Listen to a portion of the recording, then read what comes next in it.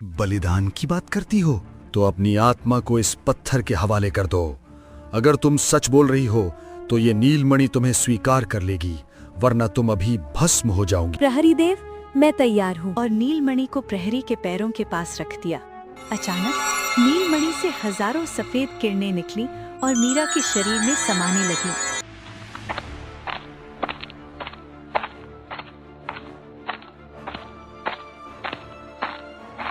देखो, मैंने तुम्हारा सारा काम कर दिया है। जैसा तुमने कहा था, मैंने उस जादुई पत्थर को मंदिर की तिजोरी से चुराकर तुम्हें सौंप दिया है। अब तो मुझे छोड़ दो। तुमने वादा किया था कि अगर मैं ये काम कर दूं तो तुम मुझे और मेरे परिवार को कभी हाथ नहीं लगाओगे। मूर्ख इंसान, क्या तूने कभी सुना है कि किसी शिकारी ने अपने शिकार से किया वादा निभाया हो? अब तुम्हारी जरूरत खत्म हो गई है।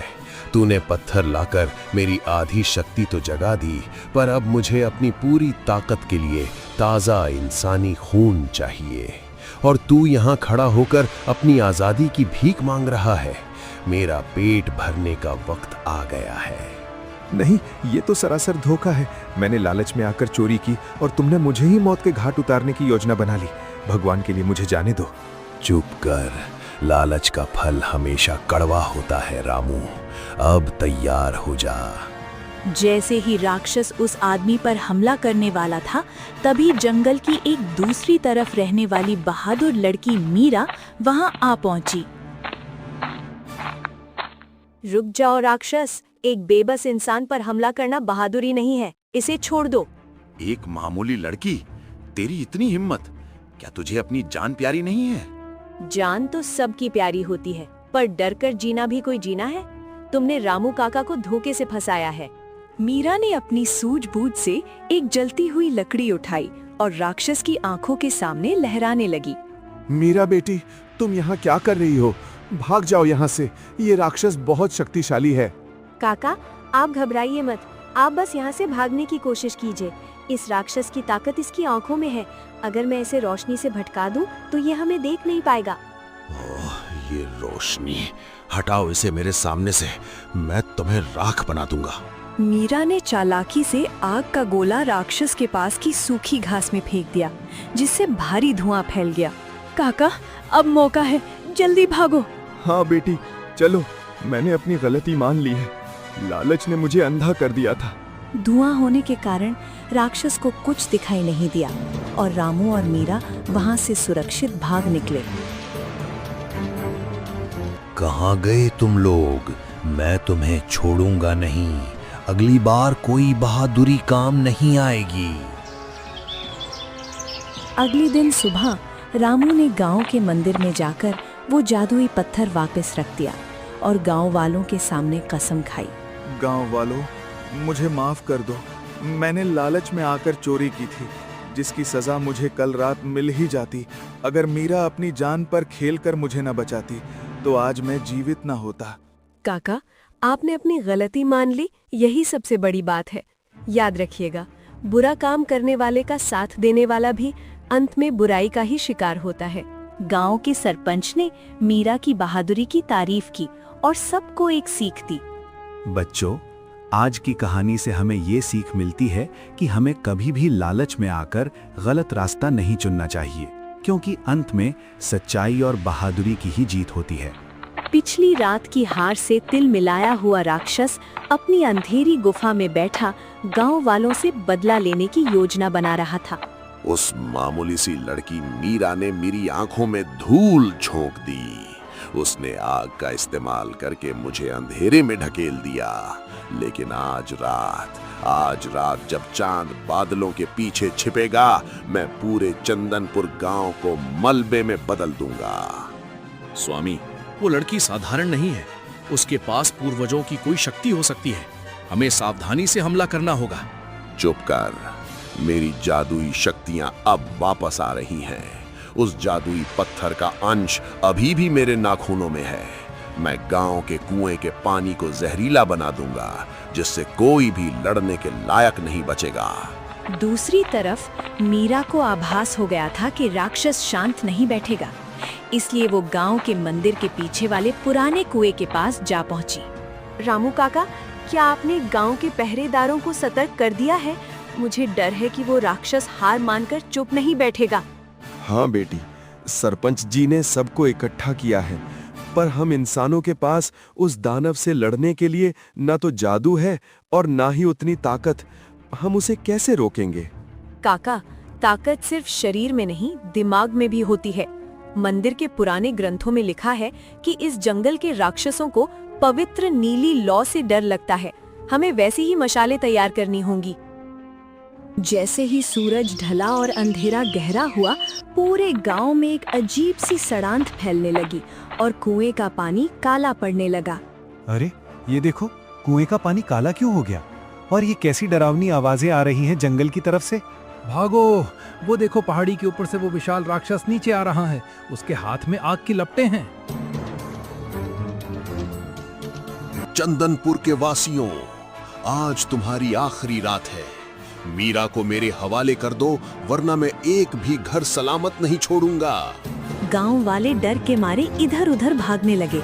तभी मीरा मंदिर की ऊंची सीढ़ियों पर एक नीली चमकती मशाल लेकर खड़ी हो गई। गांव वालों, डरो मत, अपनी अपनी मशालें इस पवित्र कुएं के पास लाओ। मैंने इसमें औषधियाँ और मंत्र डाल दिए हैं। ये नीली आग राक्षस के जादुई कवच को तोड़ देगी। एक छोटी सी मशाल मेरा क्या बिगाड़ेगी? ले देख मेरी ताकत। राक्षस ने एक बड़ा पत्थर उठाकर मीरा की तरफ फेंका, लेकिन मीरा ने फुर्ती से झुककर खुद को बचाया और अपनी मशाल से एक बड़ा तीर जलाकर उसकी तरफ छोड़ा। ये कैसी जलन है? मेरे शरीर की खाल जल रही है। ये आग साधारण नहीं है। ये सच्चाई की आग है दुष्ट। तुमने मासूमों को डराया है, अब अपनी करनी का फल भुगतो। मीरा के हौसले को देखकर बाकी गांव वाले भी अपनी मशालें जलाकर आगे आए और राक्षस को चारों तरफ से घेर लिया। अब भागने का रास्ता नहीं है राक्षस, हमने तुम्हारी कमजोरी जान ली है। तुम रोशनी और एकता का सामना नहीं कर सकते। नहीं, मुझे छोड़ दो। ये नीली लौ मेरी शक्तियों को सोख रही है। मैं वापस अपनी गुफा में जा रहा हूँ, कभी वापस नहीं आऊंगा। राक्षस अपनी जान बचाकर जंगल की गहराई में भाग गया और उसके जाते ही कुएं का पानी फिर से साफ हो गया। बेटी मीरा, आज तुमने न केवल रामू को बचाया बल्कि पूरे गांव को विनाश से बचा लिया। तुम्हारी सूझबूझ ने साबित कर दिया कि एकता में ही असली बल है। सरपंच जी, दानव तभी तक शक्तिशाली है जब तक हम उससे डरते हैं। जिस दिन हम अपने डर पर विजय पा लेते हैं, दानव अपने आप कमजोर हो जाता है। नीली लौ से जलकर घायल हुआ राक्षस अपनी गुफा के अंधेरे कोने में करहा रहा था। तभी वहाँ एक रहस्यमयी तांत्रिक का आगमन हुआ। एक मामूली लड़की ने एक शक्तिशाली राक्षस को घुटनों पर ला दिया। कितनी शर्म की बात है। तुम्हारी खाल जल रही है और तुम्हारी शक्तियां खत्म हो रही हैं। वो लड़की मीरा, उसके पास कोई साधारण मशाल नहीं थी। उस नीली आग ने मेरे जादुई कवच को मोम की तरह पिघला दिया। भैरवनाथ, मुझे मेरी ताकत वापस चाहिए। शक्ति मुफ्त में नहीं मिलती। मुझे उस गांव के मंदिर के नीचे छिपा नील मणि चाहिए। अगर तुम वो मुझे ला कर दो तो मैं तुम्हें अग्नि असुर बना दूंगा, जिस पर किसी नीली लौ का असर नहीं होगा। दूसरी तरफ गांव में जश्न का माहौल था, पर मीरा अभी भी शांत नहीं थी, क्योंकि उसे पता था कि बुराई इतनी आसानी से हार नहीं मानती। रामू काका, क्या आपने मंदिर के पहरेदारों को बढ़ा दिया है? मुझे कल रात सपने में एक काली परछाई दिखी थी जो मंदिर की नींव को खोद रही थी। बेटी, अब तो राक्षस भाग गया है, अब डरने की क्या बात है। गांव वाले चैन की नींद सो रहे हैं, तुम भी थोड़ा आराम कर लो। नहीं काका, जब तक उस गुफा का रहस्य पूरी तरह खत्म नहीं होता, चंदनपुर खतरे में है। मुझे मंदिर के तहखाने की जांच करनी होगी। जैसे ही आधी रात हुई, तांत्रिक ने अपनी काली विद्या से जंगल के खूंखार रैप्टर डायनासोर को वश में कर लिया और उन्हें गांव की ओर रवाना कर दिया। बचाओ, ये कैसे अजीब जानवर हैं? ये तो भेड़ियों से भी बड़े हैं और इनके पैर जमीन को चीर रहे हैं। भागो, ये तो डायनासोर जैसे दिख रहे हैं। इनकी आंखों में लाल आग है। ये मंदिर की तरफ बढ़ रहे हैं। जाओ मेरे पालतू राक्षसों, मंदिर की दीवारों को गिरा दो और उस नील मणि को बाहर निकालो। आज रात चंदनपुर राख का ढेर बन जाएगा। मीरा मंदिर के तहखाने में पहुंच चुकी थी। जहां उसने देखा कि जमीन के नीचे एक विशाल जादुई द्वार धीरे धीरे खुल रहा है। तो यही है वो राज। ये मंदिर सिर्फ प्रार्थना की जगह नहीं, बल्कि एक प्राचीन शक्ति का पहरेदार है। अगर ये नीलमणि गलत हाथों में लग गई तो अनर्थ हो जाएगा। बिल्कुल सही कहा लड़के, और वो नीलमणि अब मेरी होगी। तांत्रिक ने मुझे नया कवच दिया है, अब तुम्हारी नीली मशाल मेरा कुछ नहीं बिगाड़ पाएगी। राक्षस ने एक विशाल पत्थर मीरा की ओर फेंका, जिससे तहखाने की मशालें बुझ गईं और चारों तरफ घना अंधेरा छा गया। तुमने मशाल बुझाई है, पर मेरा हौसला नहीं। अगर तुम आग के असुर बने हो तो मैं इस नीलमणि की शांति से तुम्हें ठंडा कर दूंगी। मीरा ने अपनी आंखें बंद की और अपनी शुद्ध रूह की शक्ति से नीलमणि को छुआ, जिससे पूरे तहखाने में एक ठंडी सुनहरी रोशनी फैल गई। ये रोशनी, ये तो मेरे अंदर के काले जादू को खींच रही है। भैरवनाथ, तुमने मुझे धोखा दिया, ये तो मुझे भस्म कर रही है। मूर्ख राक्षस, तू सिर्फ एक मोहरा था। नीलमणि के जागते ही उसकी सारी शक्ति अब मेरे मंत्रों में समा जाएगी। तांत्रिक ने ऊपर से एक काला गोला फेंका, जिससे मंदिर की छत हिलने लगी। सस्पेंस अब चरम पर था, क्योंकि मंदिर ढहने वाला था। काका, सबको बाहर निकालिए, मंदिर गिर रहा है। मैं इस नीलमणि को लेकर गुफा के उस पार जाऊंगी, जहाँ ये सुरक्षित रहेगी। मीरा, तुम अकेले मत जाओ, वो तांत्रिक तुम्हें मार डालेगा। मंदिर की छत से पत्थर गिर रहे थे और तांत्रिक भैरवनाथ अपनी काली शक्तियों से मंदिर को ढाहने की कोशिश कर रहा था। तभी मीरा नीलमणि को सीने से लगाकर तहखाने के गुप्त रास्ते की ओर भागी। रामू काका, जल्दी कीजिए, सबको बाहर निकालिए। मंदिर की दीवारें अब और बोझ नहीं सह पाएंगी। मैं इस नीलमणि को सुरक्षित स्थान पर ले जा रही हूँ, जहाँ मेरे पूर्वजों ने इसे सदियों पहले रखा था। बेटी मीरा, संभल कर। बाहर तांत्रिक के वश में किए हुए वो रैप्टर डायनासोर घूम रहे हैं। उनकी खाल पत्थर जैसी सख्त है और वे किसी भी इंसान को पलक झपकते ही फाड़ सकते हैं। काका, अगर ये नीलमणि तांत्रिक के हाथ लग गई तो वो पूरे ब्रह्मांड का सूरज निगल जाएगा। मुझे जाना ही होगा। आप बस गांव वालों को गुफा के मुहाने पर इकट्ठा कीजिए। जैसे ही मीरा मंदिर के पिछले गुप्त द्वार से बाहर निकली, उसका सामना घने जंगल के उस खूनी दलदल से हुआ, जहां विशालकाय मगरमच्छों का राज था। कहाँ भागोगी मीरा? तुम्हारे पैर उस दलदल की गंध पहचानते हैं। मेरे जादुई मगरमच्छ तुम्हारी हड्डियों का इंतजार कर रहे हैं। वो नीलमणि मुझे दे दो और मैं तुम्हें अपने काले साम्राज्य की राजकुमारी बना दूंगा। कभी नहीं भैरवनाथ, तुम्हारी शक्तियाँ डर और धोखे पर टिकी हैं, और मेरा साहस इस पवित्र नीलमणि की सच्चाई पर। देखो, ये पत्थर तुम्हारी काली छाया को कैसे चीरता है। भैरवनाथ ने मुझे धोखा दिया, पर मैं अभी मरा नहीं हूँ। मीरा, वो नीलमणि मेरी जलन कम कर सकती है। उसे मुझे दे दो, वरना मैं इस पूरे दलदल को तुम्हारे खून से लाल कर दूंगा। अचानक दलदल के पानी में हलचल हुई और 100 से भी ज्यादा खूंखार मगरमच्छ बाहर निकलने लगे, जिनकी आंखें तांत्रिक के जादू से नीली चमक रही थीं। स्वादिष्ट मांस और जादुई रोशनी, आज हमारा शिकार बहुत कीमती है। भाइयों, इसे घेर लो। हे प्राचीन शक्तियों, अगर मेरा मन साफ है और मेरा उद्देश्य नेक, तो इस दलदल को मेरा रास्ता बनने दो, मेरी कब्र नहीं। जैसे ही मीरा ने नीलमणि को ऊपर उठाया, दलदल का पानी 2 हिस्सों में बंट गया और एक ठोस सफेद रास्ता बन गया, जिसे देखकर तांत्रिक के होश फिर गए। ये नहीं हो सकता। एक मामूली लड़की नीलमणि की सुप्त शक्तियों को कैसे जगा सकती है? राक्षसों, रुको मत, उस रास्ते को तोड़ दो। मगरमच्छों, हमला करो। मगरमच्छों ने उस ठोस रास्ते पर छलांग लगाई, पर जैसे ही वे नीलमणि की रोशनी के करीब आए, वे पत्थर के बुत बन गए। ये रोशनी, ये मुझे पत्थर बना रही है। भैरवनाथ, कुछ करो, मेरी टांगे जम रही हैं। ये अंत है तुम्हारे पापों का। जो दूसरों का रास्ता रोकता है, वो खुद उसी रास्ते पर जम जाता है। रामू काका, देखिए, रास्ता खुल गया है। अद्भुत मीरा बेटी, तुमने तो असंभव को संभव कर दिया।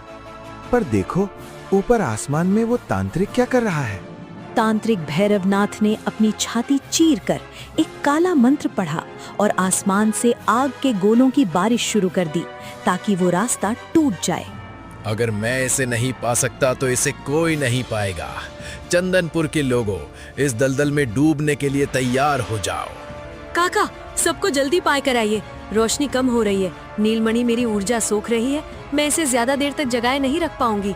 जैसे ही आखिरी गांव वाला रास्ता पार कर रहा था, तांत्रिक का एक आग का गोला मीरा के ठीक पास गिरा, जिससे वो संतुलन खो बैठी और दलदल के किनारे गिरने लगी। मीरा, नीलमणि गिर रही है, उसे पकड़ो। नीलमणि दलदल के किनारे एक पुराने पेड़ की जड़ों में फंस गई और तांत्रिक उसे उठाने के लिए नीचे झपटा। सस्पेंस और गहरा हो गया क्योंकि अंधेरा वापस छा रहा था।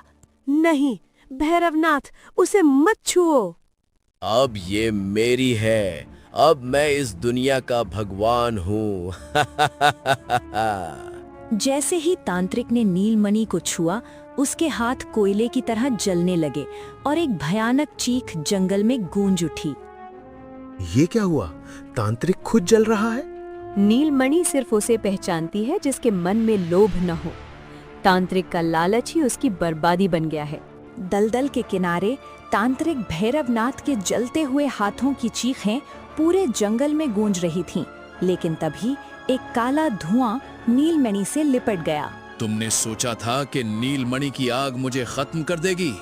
नहीं मीरा, मेरा शरीर भले ही जल गया हो, पर मेरा लालच अब एक छाया राक्षस बन चुका है। अब न तो मुझे रोशनी जला सकती है और न ही पत्थर रोक सकते हैं। काका, पीछे हटिए, ये तांत्रिक अब इंसान नहीं रहा। इसकी परछाई देखिए, वो जमीन को काला करती हुई हमारी तरफ बढ़ रही है। बेटी मीरा, ये कैसी बला है? इसकी कोई शक्ल नहीं है, बस एक खौफनाक काला साया है जो पेड़ों को छूते ही उन्हें सुखा रहा है। छाया राक्षस ने अपनी लंबी काली उंगलियां फैलाईं और गांव के पहरेदारों की परछाई को पकड़ लिया, जिससे वे वहीं जम गए। जिसकी परछाई मेरे हाथ में, उसकी जान मेरे कब्जे में। मीरा, वो नीलमणि अब बेअसर है क्योंकि ये सिर्फ ठोस चीजों पर वार करती है और मैं तो सिर्फ एक साया हूँ। अगर तुम साया हो तो तुम्हें मिटाने के लिए मुझे और भी बड़ी रोशनी की जरूरत होगी। गांव वालों, पहाड़ी के ऊपर बने उस पुराने किले की तरफ भागो। वहां मेरे पूर्वजों की अखंड ज्योति का स्थान है। पर मीरा, वो किला तो 100 सालों से बंद है। कहते हैं वहां जाने वाला कभी वापस नहीं आता। आज मौत हमारी पीछे खड़ी है दिव्या, हमारे पास और कोई रास्ता नहीं है, भागो। गांव वाले अपनी जान बचाकर पहाड़ी की खड़ी चढ़ाई चढ़ने लगे, जबकि पीछे पीछे वो काला साया जमीन पर रेंगता हुआ आ रहा था। वो देखो, किले के दरवाजे अपने आप खुल रहे हैं। ऐसा लग रहा है जैसे किला हमारा इंतजार कर रहा है, पर दरवाजों के पीछे तो सिर्फ अंधेरा है। मीरा, क्या हम सही कर रहे हैं? अंदर चलो। इस किले की दीवारें जादुई पत्थरों से बनी हैं। छाया राक्षस इन्हें आसानी से पार नहीं कर पाएगा। जैसे ही आखिरी गांव वाला किले के अंदर पहुंचा, भारी लोहे के दरवाजे एक जोरदार धमाके के साथ बंद हो गए। लेकिन छाया राक्षस दरवाजे के नीचे की दरार से अंदर घुसने लगा। दरवाजे मुझे नहीं रोक सकते, मैं दीवार के हर छेद से अंदर आ सकता हूँ। तुम्हारी नीलमणि की चमक अब और कम हो गई है मीरा, अब तुम मेरे अंधेरे में खो जाओगी। काका, मंदिर के मुख्य कक्ष में चलिए। वहाँ एक विशाल दर्पण शीशा लगा है, हमें उस पर नीलमणि की रोशनी डालनी होगी। पर वो दर्पण तो धूल से ढका हुआ है और यहाँ रोशनी का कोई स्रोत नहीं है। किले के अंदर का तापमान अचानक गिरने लगा और दीवारों पर काली बर्फ जमने लगी, जो छाया राक्षस के आने का संकेत था। कहाँ है तुम्हारी रोशनी मीरा? देखो, तुम्हारे साथी डर के मारे कांप रहे हैं। उनका डर ही मेरी खुराक है। अपनी मशाल यहाँ लाओ। रामू काका, नीलमणि को इस दर्पण के केंद्र में रखिए। जैसे ही नीलमणि दर्पण से टकराई, एक हल्की सी किरण निकली, लेकिन वो छाया राक्षस को मिटाने के लिए काफी नहीं थी। मैं आ गया हूँ, अब तुम्हारी रूह मेरी होगी। नहीं, ये खत्म नहीं हुआ है। गांव वालों, अपनी अपनी आंखों में साहस लाओ। अगर हम सब एक साथ इस दर्पण की ओर देखेंगे तो हमारी सामूहिक इच्छा शक्ति इस रोशनी को 10 गुना बढ़ा देगी। पूरे गांव ने एक साथ हाथ पकड़ लिए और अपनी पूरी मानसिक शक्ति उस दर्पण पर केंद्रित कर दी, जिससे एक भयंकर धमाका हुआ। ये कैसी रोशनी है? ये मेरी आंखों को जला रही है। ये सिर्फ पत्थर की रोशनी नहीं है, ये इंसानी एकता की आग है। नहीं। देखो, वो साया धीरे धीरे धुएं में बदल रहा है। हम जीत रहे हैं। रुकना मत। जब तक ये पूरी तरह खत्म न हो जाए अपनी एकाग्रता मत तोड़ना। छाया राक्षस एक आखिरी चीख के साथ गायब हो गया, लेकिन तभी किले की जमीन फटने लगी और नीचे से एक प्राचीन आवाज गूंजी। तुमने साए को तो हरा दिया, पर तुमने उस पहरेदार को जगा दिया है जो सदियों से इस किले के नीचे सोया था। ये क्या है? क्या मुसीबत अभी खत्म नहीं हुई? देखो, किले के बीचों बीच एक विशाल पत्थर का योद्धा खड़ा हो जाए। किले की जमीन फटने लगी थी और धूल के गुबार के बीच से 60 फीट ऊंचा एक विशालकाय पत्थर का योद्धा पाषाण प्रहरी बाहर निकलने लगा। रामू काका, पीछे हटिए। ये पत्थर का योद्धा तो इस किले की दीवारों से भी ज्यादा मजबूत लग रहा है। इसकी आंखें नीली आग की तरह जल रही हैं। किसने मेरी शांति भंग की? किसने इस किले के पवित्र दर्पण को छुआ? तुम सब नश्वर जीव इस स्थान के योग्य नहीं हो। यहाँ सिर्फ वही रह सकता है जिसका हृदय लोहे जैसा और रूह कांच जैसी साफ हो। प्रहरी देव, हमें क्षमा करें। हम तो अपनी जान बचाने के लिए यहाँ आए थे। उस छाया राक्षस ने हमें मौत के घाट उतारने की योजना बनाई थी। छाया हो या प्रकाश, जो इस किले की मर्यादा तोड़ेगा वो मेरे पैरों के नीचे कुचल दिया जाएगा। तैयार हो जाओ दंड के लिए। पाषाण प्रहरी ने अपना विशाल पत्थर का गदा हवा में उठाया और उसे जमीन पर दे मारा, जिससे पूरे किले में भूकंप जैसा झटका लगा। बचाओ, छत गिर रही है। मीरा, कुछ करो। ये योद्धा तो किसी की बात सुनने को तैयार नहीं है। मीरा, वो नीलमणि, क्या वो इसे शांत नहीं कर सकती? देखो, योद्धा की आंखों का रंग और नीलमणि का रंग एक जैसा है। शायद तुम सही कह रही हो दिव्या। प्रहरी देव, रुकिए। ये नीलमणि मेरे पूर्वजों की अमानत है। मैं इसे बचाने के लिए यहाँ आई हूँ, इसे चुराने के लिए नहीं। झूठ। पूर्वजों की संतानें इस पत्थर की शक्ति का प्रदर्शन नहीं करती, बल्कि इसकी रक्षा के लिए खुद को समर्पित करती हैं। तुमने इसे जगाकर बड़ी भूल की है। प्रहरी ने दोबारा हमला किया, लेकिन इस बार मीरा ने नीलमणि को सीने से लगाकर योद्धा के ठीक सामने खड़े होने का फैसला किया। अगर आपको लगता है कि मैं लालची हूँ तो मुझे मार दीजिए, पर मेरे गांव वालों को छोड़ दीजिए। वे निर्दोष हैं और उन्होंने सिर्फ मेरा साथ दिया है। बलिदान की बात करती हो तो अपनी आत्मा को इस पत्थर के हवाले कर दो।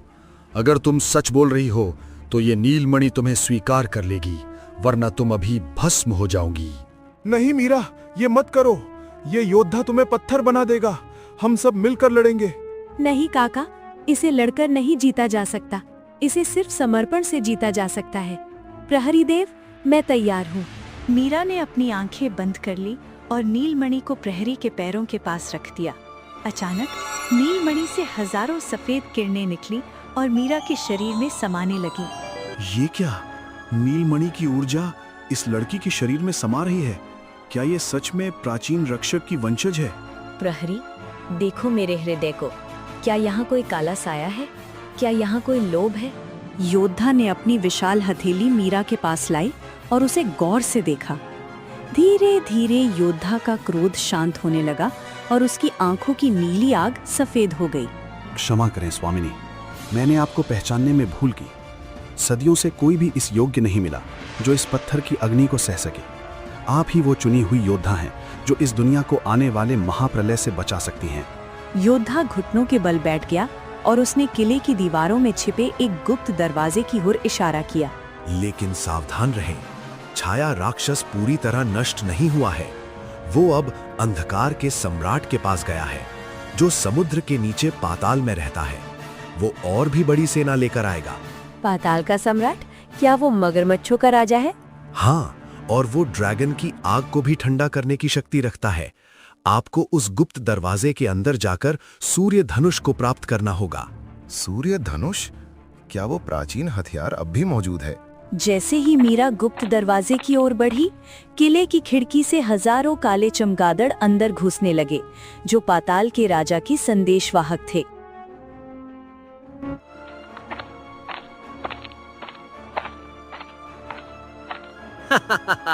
प्रहरी ने तुम्हें छोड़ दिया, पर सम्राट तुम्हें नहीं छोड़ेंगे।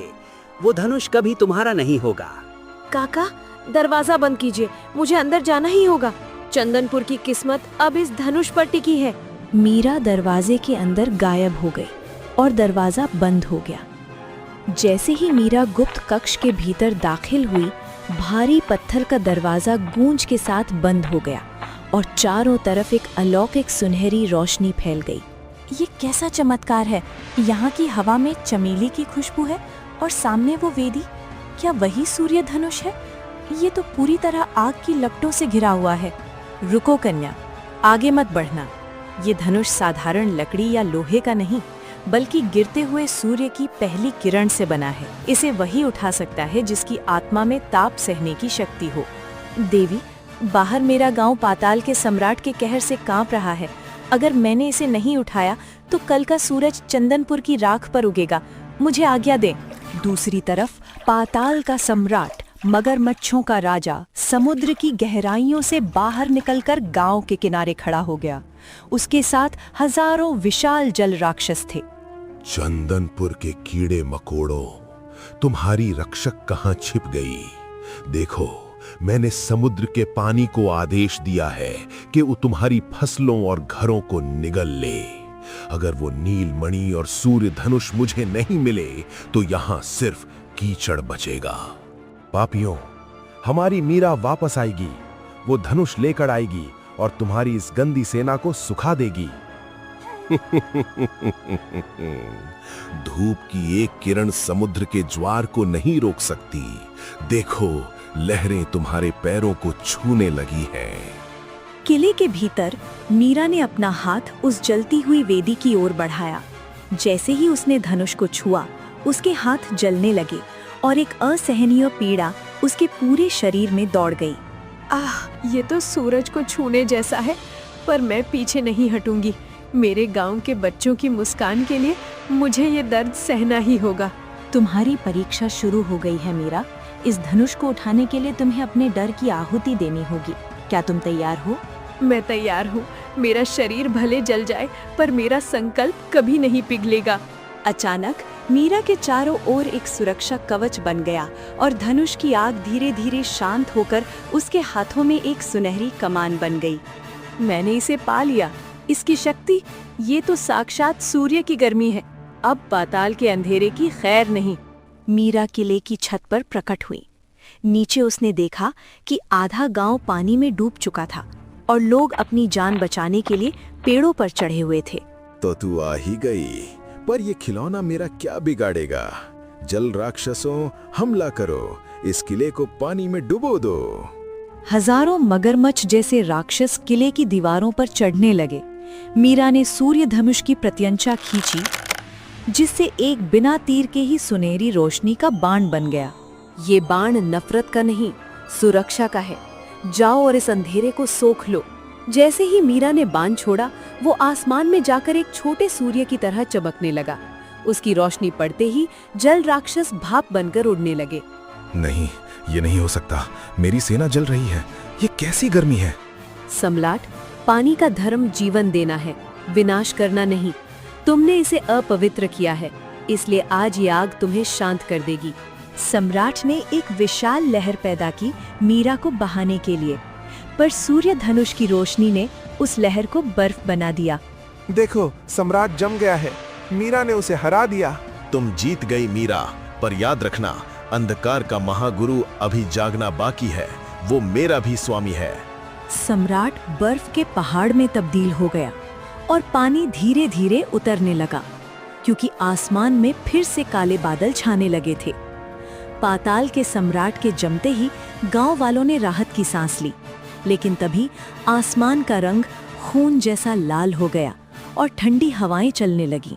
काका, जश्न मत मनाइए। देखिए आसमान की तरफ। ये लाल रंग किसी शुभ संकेत का नहीं है। ऐसा लग रहा है जैसे आसमान से खून बरसने वाला है। बेटी मीरा, अब और क्या बाकी है? पाताल का राजा तो बर्फ बन गया। अब कौन हमें डराने आ रहा है? नन्हे इंसानों, तुमने तो मेरे सबसे कमजोर सिपाही को हराया है। मैं हूँ काल भैरव, अंधकार का महागुरु। मीरा, तुमने सूर्य धनुष उठाकर अपनी मौत को न्योता दिया है। अचानक गांव के चारों ओर एक काली धुंध छा गई और मीरा के सामने उसके बचपन का घर दिखाई देने लगा जो बरसों पहले जल गया था। ये क्या, मेरा घर? और वो सामने माँ, बाबूजी और भैया, आप सब तो मुझे छोड़कर चले गए थे। बेटी मेरा, हम कहीं नहीं गए थे। हमें इस दुष्ट गांव वालों ने कैद कर रखा था। वो धनुष फेंक दो मीरा और हमारे पास आ जाओ। देखो, हमने तुम्हारी पसंद की खीर बनाई है। मीरा, मत जाना, वो तुम्हारी माँ नहीं है, वो महागुरु का जादू है। अपनी आंखें बंद करो। महागुरु ने अपनी उंगलियों से एक काला जाल बुना जिससे गांव वालों को उनके सबसे बड़े डर दिखाई देने लगे। बचाओ, मेरे खेत में आग लग गई है। मेरी सारी मेहनत राख हो रही है। मेरे बच्चे वे डूब रहे हैं। मीरा, हमें बचाओ। मीरा, अगर तुमने वो धनुष मुझे नहीं सौंपा तो मैं तुम्हारे इन प्रिय गांव वालों को उन्हीं के डरों में गला दूंगी। चुनाव तुम्हारा है, सच्चा धनुष या झूठा परिवार। मीरा दुविधा में फंस गई। एक तरफ उसका प्यारा परिवार उसे बुला रहा था और दूसरी तरफ पूरा गांव तड़प रहा था। माँ, बाबूजी, मुझे माफ कर दीजिए। अगर आप सच में मेरे अपने होते तो आप कभी मुझसे मेरा धर्म नहीं छीनते। आप तो मुझे बहादुरी सिखाते थे। मूर्ख लड़की, तू अपनों को छोड़कर इन अजनबियों को बचाएगी? ये धनुष हमें दे और अपनी दुनिया वापस पाले। नहीं, मेरे माता पिता की यादें मेरे दिल में पवित्र है और तुम उस पवित्रता को कलंकित कर रहे हो। ये बाण तुम्हारी माया के नाम। मीरा ने एक बाण छोड़ा जो उस मायावी घर से टकराया और वो घर धुआं बनकर उड़ गया। महागुरु का चेहरा बादलों के बीच गुस्से से तमतमा उठा। तेरी इतनी हिम्मत, तूने अपनी यादों का अपमान किया। अब देख, मैं इस गांव की जमीन को ही निगल लूंगा। अचानक जमीन फटने लगी और उसमें से बड़े बड़े कंटीले हाथ बाहर निकलने लगे जो लोगों को नीचे खींच रहे थे। मीरा, ये हाथ हमें पाताल में ले जा रहे हैं। बचाओ। सूर्य धनुष, मुझे रास्ता दिखाओ। इस अंधेरे गुरु की आंखों को अपनी चमक से अंधा कर दो। मीरा ने धनुष को जमीन पर टिका दिया जिससे एक सुनहरी लहर पूरे गांव की मिट्टी में फैल गई और कंटीले हाथ जलकर राख हो गए। आज तू बच गई मीरा, पर कल का सूरज देखने के लिए तुझे मौत की घाटी पार करनी होगी। मैं वहां तेरा इंतजार करूंगा। महागुरु का साया ओझल हो गया, पर गांव की आधी जमीन बंजर हो चुकी थी क्योंकि अब मीरा को अकेले उस घाटी में जाना था। बेटी, तुम वहां अकेले नहीं जाओगी। वो जगह श्रापित है। ये मेरी लड़ाई है। अगर मैं नहीं गई तो वो फिर वापस आएगा। मुझे जाना ही होगा। मीरा ने भारी मन से गांव की सीमा को पार किया और उस मौत की घाटी में कदम रखा जहां पहुंचते ही सूरज की रोशनी मटमैली पड़ गई और हवा ठंडी हो गई। ये जगह तो शमशान जैसी शांत है। यहाँ की मिट्टी में लोहे की गंध है और पैरों के नीचे हड्डियां कड़क रही हैं। महागुरु, तुम कहाँ छिपे हो? सामने आओ। इतनी जल्दी भी क्या है मीरा? इस घाटी में सिर्फ मैं ही नहीं हूँ। यहाँ वे जीव रहते हैं जिन्हें समय ने भुला दिया है, जिन्हें भूख लगती है और जो हजारों सालों से ताजा मांस का इंतजार कर रहे हैं। ये कैसी गड़गड़ाहट है? धरती कांप रही है जैसे कोई पहाड़ चल रहा हो। अचानक घाटी की ऊंची चट्टानों के पीछे से एक विशालकाय टायरेनोसोरस रेक्स बाहर निकला जिसकी आंखें लाल आग की तरह जल रही थीं और उसके मुंह से काला धुआं निकल रहा था। ये क्या बला है? इतना बड़ा जानवर तो मैंने कभी कहानियों में भी नहीं सुना। इसके दांत तो कुल्हाड़ी जैसे धारदार है। मानव हड्डी चबाना, भूख। ये मेरा सबसे पुराना शिकारी है, मीरा। इसकी खाल पर तुम्हारे साधारण तीर असर नहीं करेंगे। ये जादुई ड्रैगन का पूर्वज है। टी-रेक्स ने मीरा की ओर छलांग लगाई। मीरा ने फुर्ती से एक पत्थर के पीछे छिपकर सूर्य धनुष की प्रत्यंचा खींची और एक प्रकाश का बाण छोड़ा। जाओ बाण, इस दानव की आंखों को अपनी चमक से शांत कर दो। बाण जाकर टी-रेक्स के माथे से टकराया, पर वो पत्थर की तरह टूट गया। दानव को चोट तो नहीं लगी, पर वो और भी ज्यादा गुस्सा हो गया। ओह रोशनी, दर्द, मैं तुझे कुचल दूंगा। नहीं, इसके शरीर पर तो जादुई कवच लगा है। मुझे इसकी कमजोरी ढूंढनी होगी। वो देखो, इसकी गर्दन के नीचे एक काला निशान चमक रहा है। वही महागुरु के जादू का केंद्र है। टी-रेक्स ने अपनी पूंछ से प्रहार किया, जिससे वो पत्थर चकनाचूर हो गया जहां मीरा खड़ी थी। मीरा हवा में उछली और एक ऊंचे पेड़ की टहनी को पकड़ लिया। भैया, अब जहाँ भी हो मुझे हिम्मत दीजिए। मुझे एक सटीक निशाना लगाना होगा, वरना ये जानवर पूरे गांव को रौंद देगा। तू थक रही है मीरा, तेरी सांसें फूल रही हैं। मेरा शिकारी तुझे तब तक नहीं छोड़ेगा जब तक तू हार नहीं मान लेती। मीरा ने अपनी आंखें बंद की और नीलमणि की बची हुई शक्ति को सूर्य धनुष में समाहित कर दिया। धनुष से अब सफेद की जगह नीली आग निकलने लगी। ये बाण नफरत का नहीं, मुक्ति का है। इस बेकसूर जानवर को इस काले जादू से आजाद करो। मीरा ने पेड़ से कूदते हुए हवा में ही बाण छोड़ा। बाण सीधे टी-रेक्स की गर्दन के उस काले निशान में धंस गया। एक जोरदार विस्फोट हुआ और काला धुआं आसमान की ओर उड़ने लगा। धन्यवाद मानव कन्या। शांति। नहीं मेरा शिकारी, तूने मेरा सबसे शक्तिशाली मोहरा नष्ट कर दिया। तू इसकी कीमत चुकाएगी मीरा। टी-रेक्स धीरे धीरे धूल बनकर हवा में बिखर गया। मीरा थककर जमीन पर बैठ गई, पर तभी उसे महसूस हुआ कि जमीन के नीचे से हजारों छोटे छोटे पंजे बाहर निकल रहे थे। अभी तो एक बड़ा दुश्मन गया था, अब ये हजारों छोटे शैतान कौन है? रैप्टर डायनासोरों की पूरी सेना। हजारों छोटे और तेज शिकारी डायनासोरों ने मीरा को चारों तरफ से घेर लिया। टी-रेक्स के धूल में मिलते ही घाटी का सन्नाटा हजारों छोटे और नुकीले पंजों की आहट से गूंज उठा। रैप्टर डायनासोरों की एक विशाल सेना ने मीरा को चारों तरफ से घेर लिया। ये तो हजारों हैं। टी-रेक्स विशाल था पर अकेला था, लेकिन ये छोटे शिकारी तो बिजली की तरह तेज है। महागुरु, तुम कितने नीच हो जो इन मासूम जीवों को अपनी नफरत की ढाल बना रहे हो। इन्हें मासूम मत कहो मीरा, ये मौत के दूत हैं। एक शिकारी तुम्हारी हड्डी तोड़ेगा तो दूसरा तुम्हारा मांस नोचेगा। तुम्हारी रोशनी इन हजारों आंखों को एक साथ अंधा नहीं कर सकती। घेरो, मारो, टुकड़े करो। अचानक 3 रैप्टरों ने एक साथ मीरा पर छलांग लगाई। मीरा ने धनुष की कमान से प्रहार किया और उन्हें पीछे धकेला, पर तभी पीछे से 2 और रैप्टरों ने उस पल्लू खींच लिया। छोड़ो मुझे। सूर्य धनुष, मुझे आग का एक घेरा दो। इन शिकारियों को दूर रखो। मीरा ने धनुष को जमीन पर पटका, जिससे उसके चारों ओर आग की एक दीवार खड़ी हो गई। रैप्टर पीछे तो हटे, पर वे आग के बुझने का इंतजार करने लगे। आग ठंडी होगी, हम इंतजार करेंगे।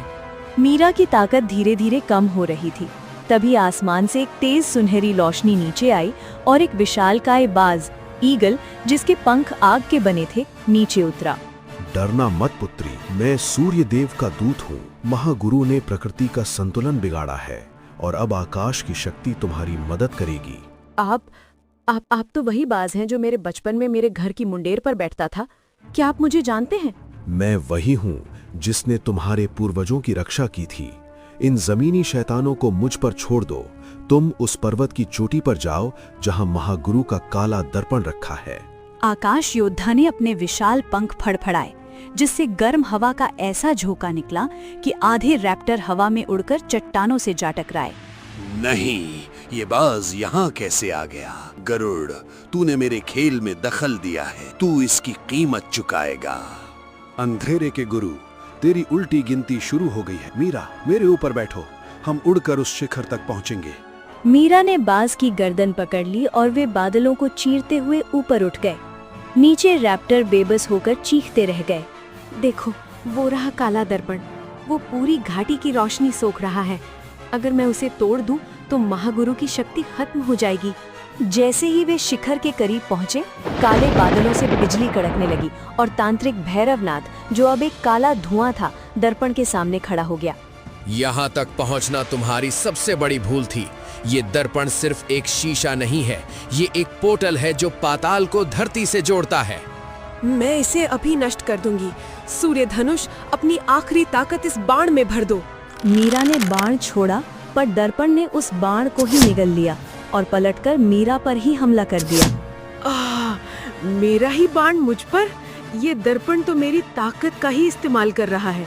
मीरा और आकाश योद्धा हवा में डगमगाने लगे। दर्पण से काला हाथ बाहर निकला और उसने बाज का पैर पकड़ लिया। मीरा, मेरा साथ छूट रहा है। तुम्हें खुद को इस दर्पण के अंदर झोंकना होगा, तभी ये टूटेगा। क्या अंदर जाना होगा? पर वहाँ से वापस आने का कोई रास्ता नहीं है। आकाश योद्धा का साथ छूटते ही मीरा ने एक लंबी सांस ली और अपनी आंखें बंद करके उस काले दर्पण के भीतर छलांग लगा दी। ये कैसी जगह है? यहाँ ना तो जमीन है और ना ही आसमान, बस एक अंतहीन काला सन्नाटा और ठंडी हवाएं जो हड्डियों को चीर रही हैं।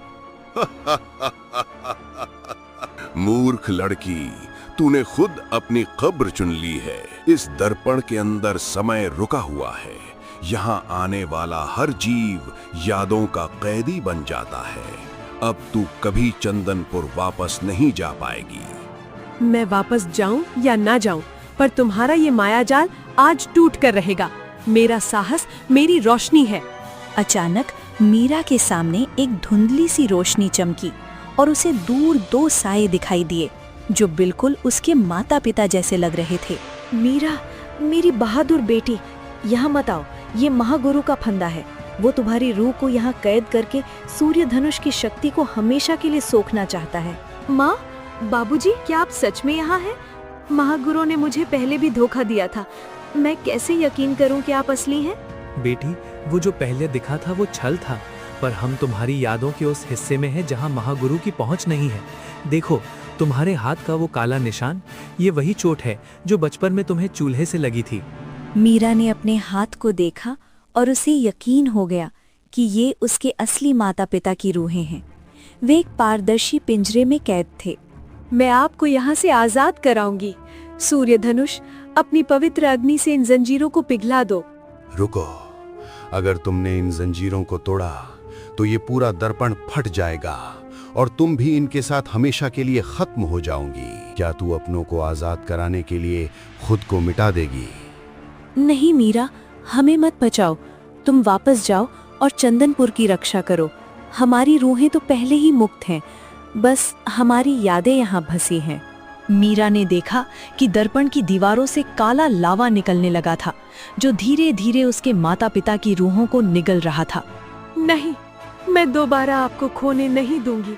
महागुरु, तूने सोचा था कि मैं डर जाऊंगी? बलिदान ही तो एक रक्षक का सबसे बड़ा धर्म है। माँ, बाबूजी, अपनी शक्ति मुझे दीजिए। माता पिता की रूहों ने अपने हाथ बढ़ाए और मीरा के सूर्य धनुष को छुआ। अचानक धनुष से सफेद और सुनहरी रोशनी की एक ऐसी सुनामी निकली कि काला दर्पण चटकने लगा।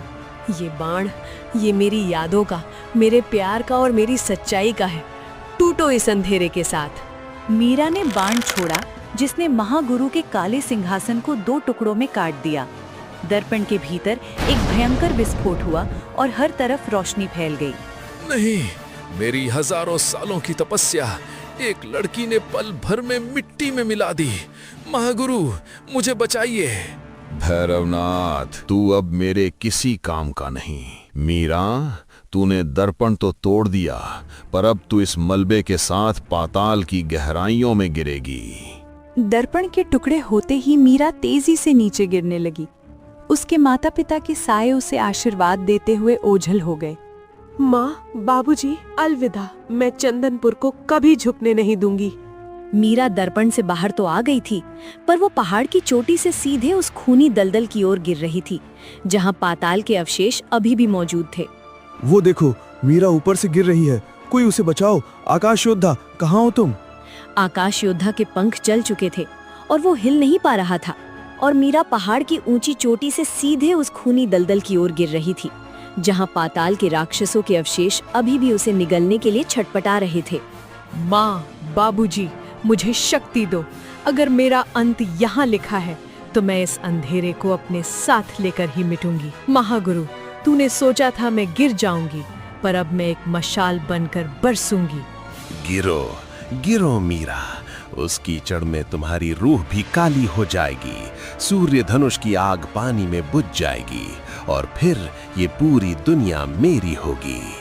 मीरा बेटी, हार मत मानना। चंदनपुर की हर माँ की दुआ तुम्हारे साथ है। आकाश योद्धा, जागो, अपनी अंतिम शक्ति लगा दो।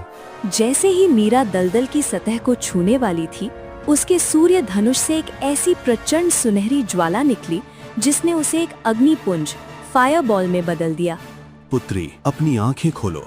तुम गिर नहीं रही हो, तुम सूर्य योद्धा के रूप में जन्म ले रही हो। अपनी आंखों की अग्नि से इस दलदल को सुखा दो। ये कैसी शक्ति है? मेरी रगों में खून नहीं बल्कि पिघला हुआ सूरज दौड़ रहा है। महागुरु, अब तेरा काल सामने खड़ा है। मीरा दलदल में घिरने के बजाय उसके ऊपर हवा में स्थिर हो गई। उसके शरीर से निकलने वाली गर्मी से खूनी दलदल का पानी भाप बनकर उड़ने लगा और नीचे छिपे मगरमच्छ दैत्य जलकर राख होने लगे। महागुरु ने अपना विशाल काला हाथ आसमान से नीचे उतारा ताकि वो मीरा को कुचल सके, लेकिन मीरा ने सूर्य धनुष की प्रत्यंचा को अपनी पूरी आत्मा की शक्ति से खींचा। तेरी ये छोटी सी चिंगारी मेरे महाअंधेरे का क्या बिगाड़ेगी? मैं अनादि हूँ, मैं अनंत हूँ, मैं डर हूँ और डर कभी नहीं मरता। डर तभी तक जीवित है जब तक इंसान अकेला है। देखो मेरे पीछे, चंदनपुर का हर बच्चा, हर बूढ़ा आज निडर होकर खड़ा है। उनकी हिम्मत ही मेरी असली प्रत्यंचा है। मीरा ने एक नहीं बल्कि 7 सुनहरी किरणों के बाण छोड़े। वे 7 बाण आसमान में जाकर महागुरु के काले चेहरे की 7 आंखों में धंस गए। मेरी आंखें, ये रोशनी, ये मुझे जला रही है। नहीं, मैं पाताल में वापस नहीं जाना चाहता। मुझे बचाओ, कोई मुझे बचाओ। तेरा ठिकाना पाताल भी नहीं है महागुरु, तेरा ठिकाना शून्य है, जहाँ ना तो यादें हैं और ना ही साए। जाओ और मिट जाओ। मीरा ने अंतिम बाण सीधे महागुरु के माथे के बीचों बीच मारा। एक ऐसा भयंकर विस्फोट हुआ कि रात का अंधेरा पूरी तरह गायब हो गया और चंदनपुर में दोपहर जैसी रोशनी छा गई। देखो, काला साया फट रहा है, आसमान साफ हो रहा है। मीरा की जय, सूर्य योद्धा की जय। महागुरु का वजूद धुएं की तरह बिखर गया। तांत्रिक भैरवनाथ और उसके सारे मायावी जानवर पत्थर बनकर टूट गए। मीरा धीरे धीरे जमीन पर उतरी। उसका शरीर अभी भी हल्का सा चमक रहा था। काका, सब खत्म हो गया। अब कोई राक्षस हमें नहीं डराएगा। अब चंदनपुर आजाद है। बेटी, तुमने आज हमें सिर्फ राक्षसों से नहीं बल्कि हमारे अपने डरों से भी आजाद कराया है। तुम अब सिर्फ एक लड़की नहीं, इस गांव की कुलदेवी हो।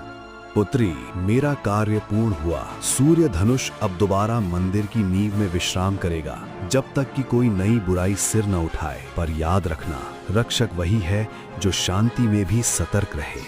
अगले दिन की सुबह चंदनपुर के लिए एक नई शुरुआत थी। मंदिर का पुनर्निर्माण शुरू हुआ और मीरा को गांव की संरक्षिका घोषित किया गया। मीरा, क्या तुम्हें अभी भी डर लगता है? डर तो एक परछाई है दिव्या, और परछाई तभी तक बड़ी होती है जब तक हम सूरज की तरफ पीठ करके खड़े होते हैं। अब मैं हमेशा रोशनी की तरफ देखूंगी। गांव की खुशहाली लौट आई, लेकिन जंगल के सुदूर कोने में जहां राक्षस की गुफा थी, वहां से एक छोटा सा पत्थर हिला और उसमें से एक अजीब सी आवाज गूंजी, जैसे कोई नया दुश्मन अभी भी इंतजार कर रहा हो।